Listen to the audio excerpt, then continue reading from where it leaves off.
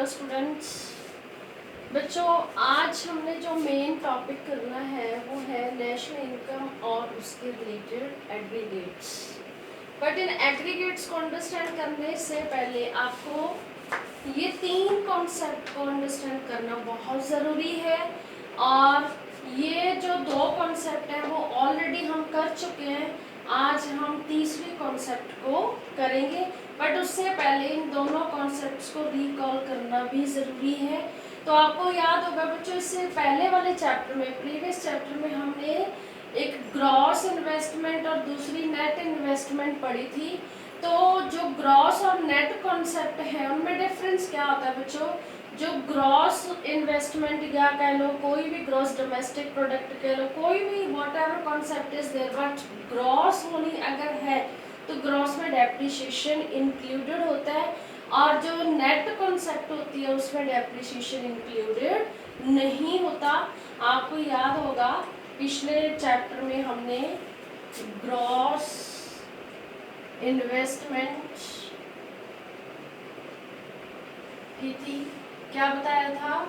Which includes depreciation. और net investment कौन C concept होती है? Which does not includes depreciation. ये चीज़ हम पिछले चैप्टर में कर चुके हैं।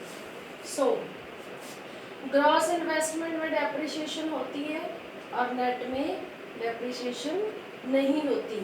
तो अब हम इन्हीं दोनों कॉन्सेप्ट का फॉर्मूला यहाँ पे हम लिख रहे हैं बच्चों, जो कि आपको एग्रीगेट्स को अंडरस्टैंड करने में और न्यूमेरिकल्स को अंडरस्टैंड करने में तीनों टाइप के फॉर्मूलाज काम आएंगे।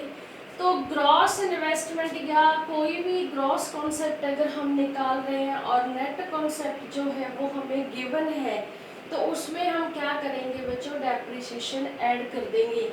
मीन्स अगर हमारे पास कोई भी नेट कॉन्सेप्ट है और उससे हमने क्या कौन सी कॉन्सेप्ट निकालनी है? Gross concept. तो हम नेट कॉन्सेप्ट में क्या ऐड करेंगे? डेप्रिसिएशन। यहाँ पे हमने डेप्रिसिएशन ऐड क्यों किया? Because net investment does not includes depreciation. उसमें डेप्रिसिएशन है ही नहीं, ऑलरेडी नहीं थी, इसलिए ऐड करनी पड़ेगी। और अगर बच्चों हम नेट कॉन्सेप्ट निकाल रहे हैं और हमारे पास कॉन्सेप्ट गिवन कौन सी है? वो है ग्रॉस कॉन्सेप्ट। तो हम डेप्रिसिएशन को माइनस करेंगे। यहाँ पे हम डेप्रिसिएशन को माइनस ग्रॉस में से क्यों कर रहे हैं? बिकॉज ग्रॉस इन्वेस्टमेंट में ऑलरेडी डेप्रिसिएशन होती है, इसलिए दोबारा ऐड नहीं करेंगे। तो ग्रॉस में से डेप्रिसिएशन हमेशा माइनस होती है और नेट में डेप्रिसिएशन हमेशा ऐड होती है।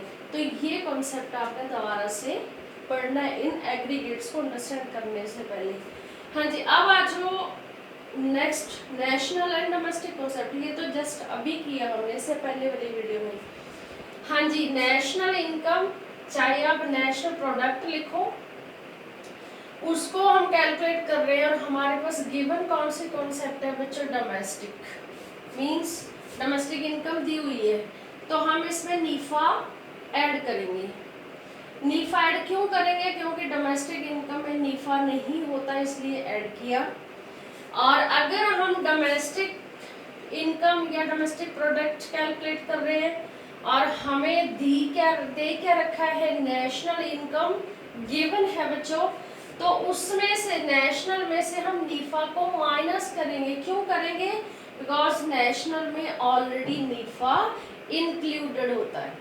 पहली बात तो आपको ये माइंड में रखनी है, जब आप नेशनल को डोमेस्टिक में या डोमेस्टिक को नेशनल में कन्वर्ट करने जा रहे हो, मीन्स एक दूसरे को कैलकुलेट करने जा रहे हो, तो आपने हेल्प लेनी है बच्चों नीफा की।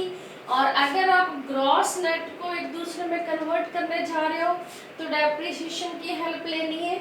और तीसरा जब हम करेंगे उसमें आपको एक नई कॉन्सेप्ट है नेट, उसकी हेल्प लेनी है। हाँ जी, तो एक बार दोबारा से देखो बच्चों, जो नेशनल इनकम या प्रोडक्ट निकालते हो, मीन्स नेशनल कॉन्सेप्ट निकालते हो और डोमेस्टिक दी होती है, तो नीफा हमेशा ऐड होता है, बिकॉज नीफा नीफा इसमें नहीं होता ऑलरेडी। और जब आप डोमेस्टिक कॉन्सेप्ट निकालते हो, नेशनल दे रखी हो, तो नीफा हमेशा माइनस होता है, क्योंकि नेशनल में नीफा ऑलरेडी इंक्लूडेड होता है। ये कॉन्सेप्ट आप वीडियो अभी दोबारा से ओपन करके देख सकते हो। हाँ जी, तो ये दो कॉन्सेप्ट तो हमने ऑलरेडी की हुई थी बच्चों।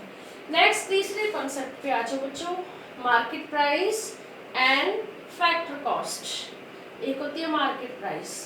मार्केट प्राइस किसकी होती है बच्चों? मार्केट प्राइस होती है गुड्स की। आप कोई भी गुड्स खरीदते हैं मार्केट से, उसकी एमआरपी आप पढ़ना, कोई भी बुक लेने जा रहे हो, सपोज आप इको की, उसमें एमआरपी में लिखा होगा included all the taxes. Means कोई भी गुड्स आप मार्केट से खरीदते हो, उसकी एमआरपी जो गिवन दी होती है उसके ऊपर, उसमें क्या लिखा होता है? Included all the taxes. It means market price जो कि गुड्स की होती है, उसमें क्या इंक्लूड होता है बच्चों? नेट। नेट मीन्स यहाँ जो net means net indirect taxes. एक डायरेक्ट टैक्सेस होते हैं, डायरेक्ट टैक्स का गुड्स से कोई रिलेशन नहीं होता, डायरेक्ट टैक्स इनकम पे लगता है बच्चों। लेकिन जो इनडायरेक्ट टैक्स होता है वो ही मैन्युफैक्चरिंग पे लगता है, गुड्स पे लगता है। तो यहाँ पे इनडायरेक्ट टैक्स की बात करनी है हमने। तो नेट इनडायरेक्ट टैक्स, फिलहाल इतना ही देखो। नेट इनडायरेक्ट टैक्स मीन्स जिसको हमने शॉर्ट में क्या लिया बच्चों? नेट लिया है। तो यहाँ पे हमने क्या दिखाया? मार्केट प्राइस में जो नेट होते हैं वो ऑलरेडी इंक्लूडेड होते हैं, राइट। अब आज बच्चों फैक्टर कॉस्ट, एफसी। जो एफसी होती है वो किसकी होती है? सर्विसेज की होती है। एफसी किसकी होती है? फैक्टर सर्विसेज की। फैक्टर सर्विसेज में टैक्सेस कभी भी इंक्लूडेड नहीं होते। मींस एफसी में कभी भी टैक्सेस इंक्लूडेड नहीं होते। तो यहाँ पे क्या आ जाएगा? It does not includes net. ये बात क्लियर होगी बेटा सबको? मार्केट प्राइस में जो नेट होते हैं मींस टैक्सेस होते हैं वो ऑलरेडी इंक्लूडेड होते हैं, और एफसी में जो टैक्सेस हैं होते हैं वो इंक्लूडेड नहीं होते। सो दैट हमने यहाँ पे एमपी वाली कॉन्सेप्ट निकालनी है और एफसी वाली कॉन्सेप्ट है वो हमें दी हुई है। तो यहाँ पे हम नेट ऐड करेंगे। हमने नेट को यहाँ पे ऐड क्यों किया? बिकॉज एफसी में नेट ऑलरेडी नहीं थे, इसलिए नेट को ऐड करना ही पड़ेगा यहाँ पे, राइट। अब आप एफसी वाली कॉन्सेप्ट निकाल रहे हो और आपको कोई भी एमपी वाली कॉन्सेप्ट गिवन है, तो यहाँ पे एमपी में से आप नेट को माइनस क्यों कर रहे हो बच्चों? बिकॉज एमपी में जो नेट होते हैं वो ऑलरेडी इंक्लूडेड होते हैं, इसलिए दोबारा से ऐड नहीं करेंगे। सो एफसी में नेट ऐड होते हैं हमेशा, क्योंकि एफसी में नेट नहीं होते, और एमपी में से नेट हमेशा माइनस होते हैं, क्योंकि एमपी में जो नेट होते हैं वो ऑलरेडी होते हैं। आई थिंक आपको समझ आ गया होगा। आप इन तीनों को अच्छे से रिवाइज करना, तीनों कॉन्सेप्ट को बच्चों। तो एमपी और एफसी कॉन्सेप्ट को जब एक दूसरे में कन्वर्ट करोगे तो किसकी हेल्प लोगे बच्चों? नेट की।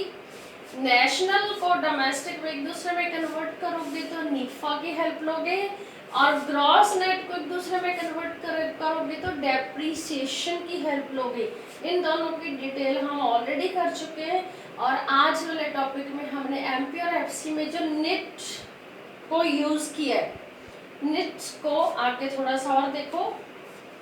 नेट की फुल फॉर्म क्या होती है बच्चों? Net indirect taxes. हाँ जी, तो net indirect taxes means net sometime नहीं दिया होता बच्चों न्यूमेरिकल्स में, तो उसको आप निकालोगे, नेट को निकालोगे। कैसे निकालोगे?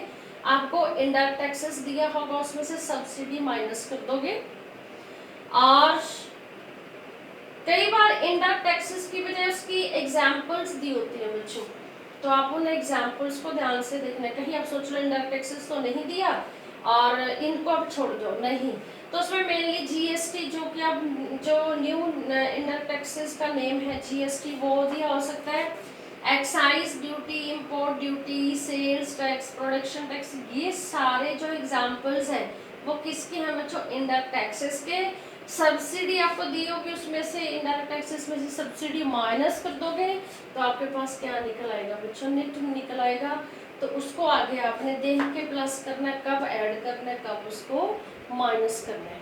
तो अब हम इन एग्रीगेट्स की जो डिटेल है इन्हीं तीनों के बेसिस पे आगे करेंगे बच्चों।